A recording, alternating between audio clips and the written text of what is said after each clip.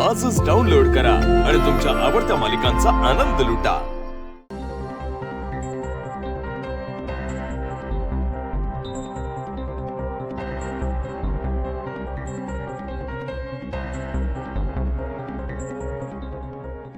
बा बा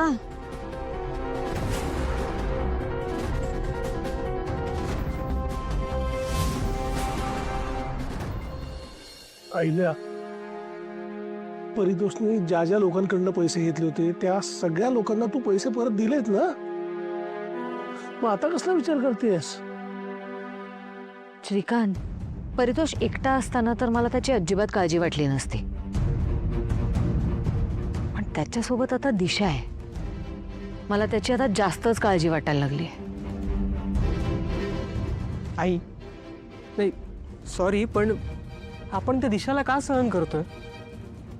म्हणजे त्या परितोष सोबत ते आपल्या घरी घरी काय डोक्यावर येऊन बसले आपल्या। इनफॅक्ट परितोषला तरी का सहन करतोय आपण? म्हणजे एकदा काय बाबांचा जीव वाचवला म्हणून आपण जबाबदारी घेतली का त्याची कायमची? प्रीतम, परितोष ही माझी जबाबदारी आहे, कारण त्याची आत्ताची ही जी परिस्थिती आहे ती श्रीकांतला वाचवताना झाली आहे। हे बघ, तो स्वतःच्या जीवावर या बाहेरच्या जगात नाही जगू शकणार आहे, नाही सर्व्हाइव्ह करू शकत तो। त्याला उपचारांची गरज आहे आणि म्हणूनच मी ठरवलंय की बेस्ट न्यूरोलॉजिस्टला कन्सल्ट करायचं। प्रीतम, मी तुझी चिडचिड अगदीच समजू शकते, पण प्लीज परितोषवर राग धरू नका।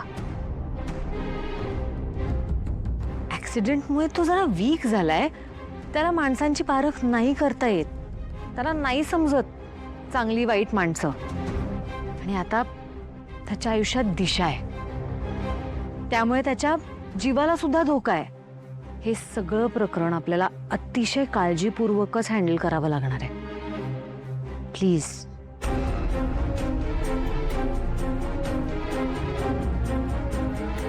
आदित्य, मला एका मीटिंगसाठी ऑफिसला जायचंय, पण तोपर्यंत आपल्या शहरातल्या बेस्ट न्यूरोलॉजिस्टची अपॉइंटमेंट घेऊन ठेवशील?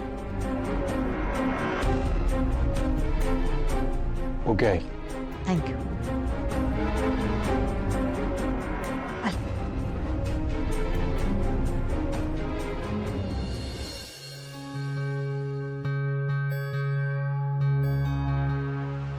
मारुती, मोहन दुसरी गाडी घेऊन गेलाय ना?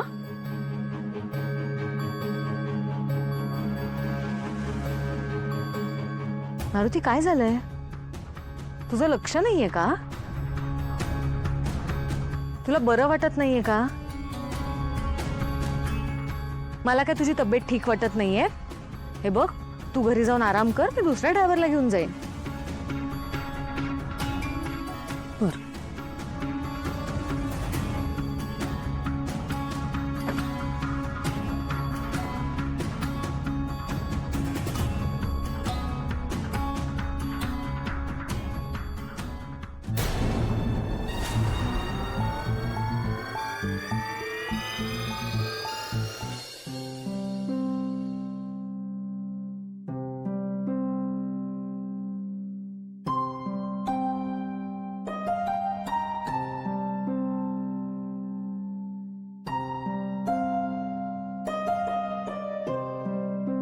श्वास घ्या।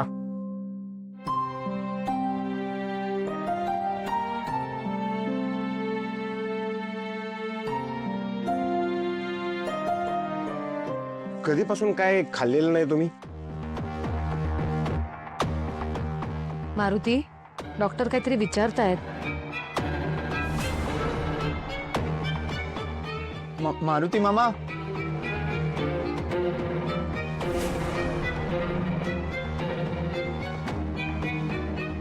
पारू, मारुतीने काही खाल्लं नाहीये का? जेवत नाहीये नीट। त्यांच्या पोटात अजिबात अन्न नाही, त्यामुळे त्यांचा बीपी लो झालाय। पण नीट न जेवण्याचं कारण काय आहे मारुती? एक सासू मॉम, मला ना असं खूप वाटतंय की काहीतरी मोठा इश्यू झालाय, मोठा प्रॉब्लेम झालाय। म्हणजे बघा ना, तुम्ही एवढे प्रश्न विचारताय आणि मारुती मामा आन्सरच नाही करत आहेत. त्यांनी आधी कधी केलंय का असं? तुम्हाला ते इग्नोर कधीच नाही करणार, चुकून सुद्धा नाही. आय एम डॅम शुअर मोठा काहीतरी इश्यू झालाय म्हणून त्यांनी एवढा स्ट्रेस घेतलाय. दिशा जरा गप्प बस. पारू, मारुती आता तुझी जबाबदारी आहे. त्याला कसं जेवायला घालायचं ते बघ, पण मला माझा भाऊ खडखडीत बरा झालेला हवाय.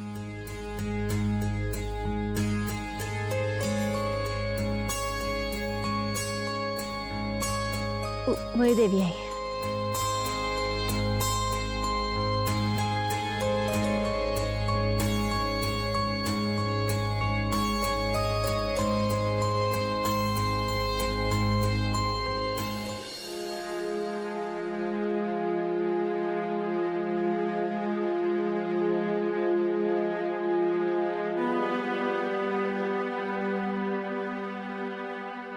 एक सासू सॉरी, मी पण घेऊ आरती प्लीज.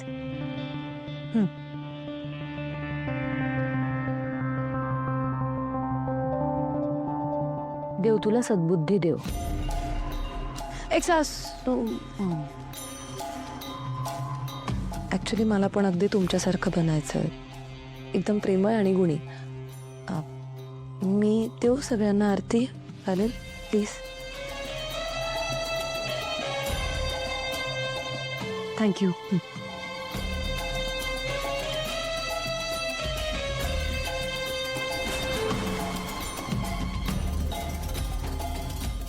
मी का सगळ्यांना आरती देत फिरणार आहे? बावळट बाई, लगेच विश्वास ठेवते. ठेवून देते याला कुठेतरी.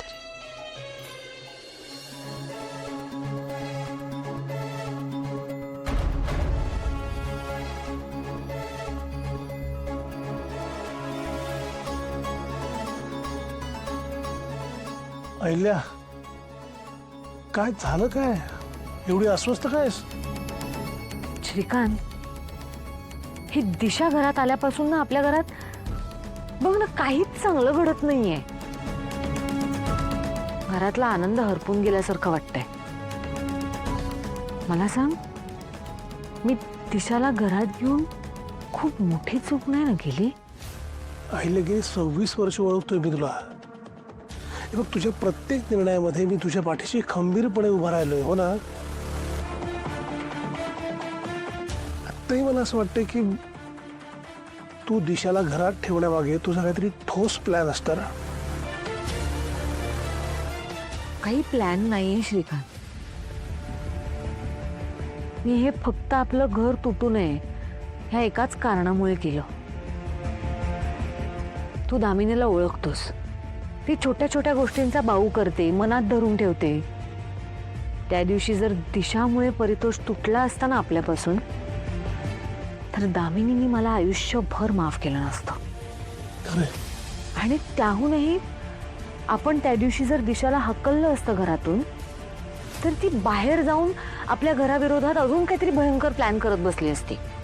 मला काय वाटतंय, शत्रूला आपल्या जवळ ठेवून त्याच्यावरती बारीक लक्ष ठेवता येतं, आणि तेच तू करतेस. त्यामुळे याच्यात तू काही चुकीचं केलंयस असं मला अजिबात वाटत नाहीये.